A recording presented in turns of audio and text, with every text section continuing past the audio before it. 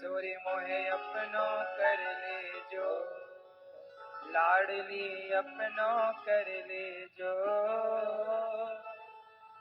जग जंजाल छुड़ाए बास बरसाने को दीजो। किशोरी इतना तो कीजो।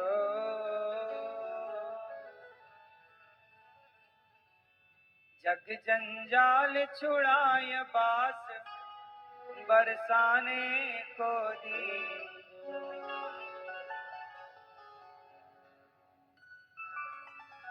भगवान से यही प्रार्थना श्री राधा रानी से कि सदा अपने चरणों में रखिएगा। कहीं भी रहे हम क्या फर्क पड़ता है, मायने नहीं रखता कि हमारा शरीर कहाँ है, हम तन से कहाँ है, मायने रखता है कि हम मन से कहाँ हैं। तन से कहीं भी आप हो सकते हैं, तन कहीं भी जा सकता है, परंतु मन केवल भगवान के चरणों में हो, यही कोशिश करनी चाहिए, यही प्रार्थना करनी चाहिए। बिना भगवान की कृपा के, बिना राधा रानी की कृपा के ये जो वृंदावन धाम है, बरसाना है, ये ब्रज 84 कोस है, यहाँ पे प्रवेश तभी मिलता है जब स्वयं राधा रानी चाहें, जब भगवान चाहें तो लोग यहाँ आते हैं। इसलिए यहाँ आ जाओ तो समझ लो कि प्रभु की कृपा तो है, क्योंकि बिना कृपा के आप यहाँ तक तो आ भी नहीं सकते। संसार में आप लोग उलझे रहते हैं, उलझन बड़ी है। संसार में हम लोगों का मन इतना रम जाता है, इतना मन लग जाता है कि भगवान छूटते चले जाते हैं। जब भगवान स्वयं कृपा करते हैं ना, तो वो स्वयं मिल जाते हैं। सब लोग शांति से बैठ जाओ, बैठ जाओ बेटा, खड़े ना रहो। सबसे मेरी प्रार्थना है, जिसे जाना है सो जल्दी जाओ, बैठना है तो इत्मीनान से सुनो, चुप रहो। अच्छा एक बात बताओ, सुग्रीव ने भगवान को पाने का कोई प्रयास किया था? सुग्रीव ने भगवान को पाने का कोई प्रयास नहीं किया, लेकिन सुग्रीव ने प्रयास ना करने पर भी एक संत की बात मानी। संत के रूप में उन्हें हनुमान जी मिले हुए थे। हनुमान जी ही तो अपने कंधे पर बिठाकर राम लक्ष्मण को लाए और सुग्रीव से मित्रता कराई। जरूरी नहीं है कि हमारी भक्ति और हमारे जप तप से भगवान हमें मिले।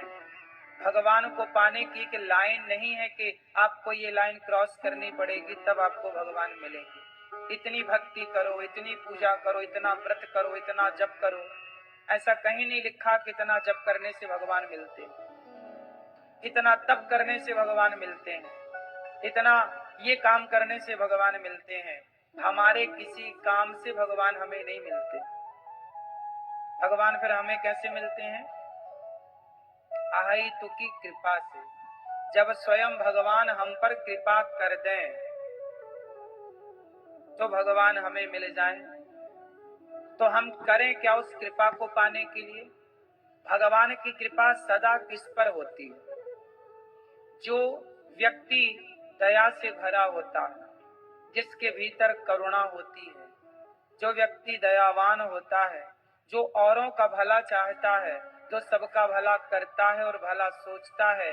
जब आप सबका भला करते रहते हैं ना, तब भगवान जान लेते हैं कि भाई ये सबका हित चाह रहा है, ये भले मुझे भूल जाए, लेकिन ऐसे सबका हित चाहने वाले को भगवान कहते हैं मैं कभी भुला नहीं सकता। इसलिए अनायास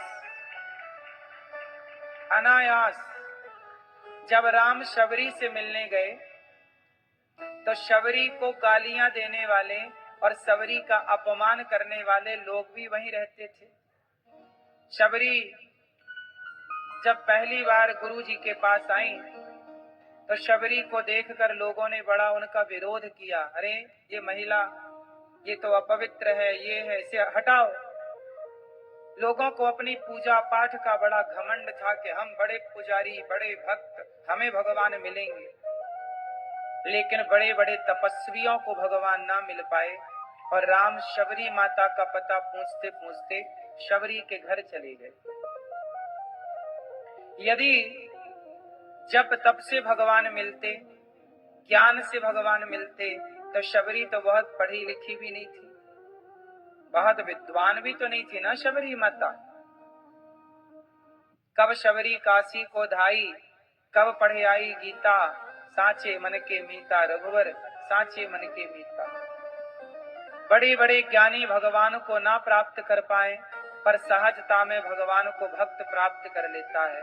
कहते हैं ना, भगवान ये जप तप नहीं, सच्चा हृदय चाहिए, निर्मल मन चाहिए, शबरी की तरह निर्मलता चाहिए।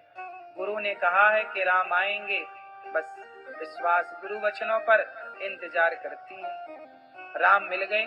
शबरी के अंदर क्या था? क्या वो बहुत बड़ी भक्त थी?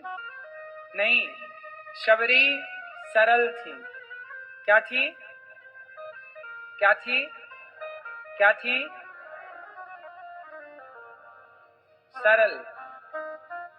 सरलता, आपके भीतर की सरलता, आप निश्चल हैं।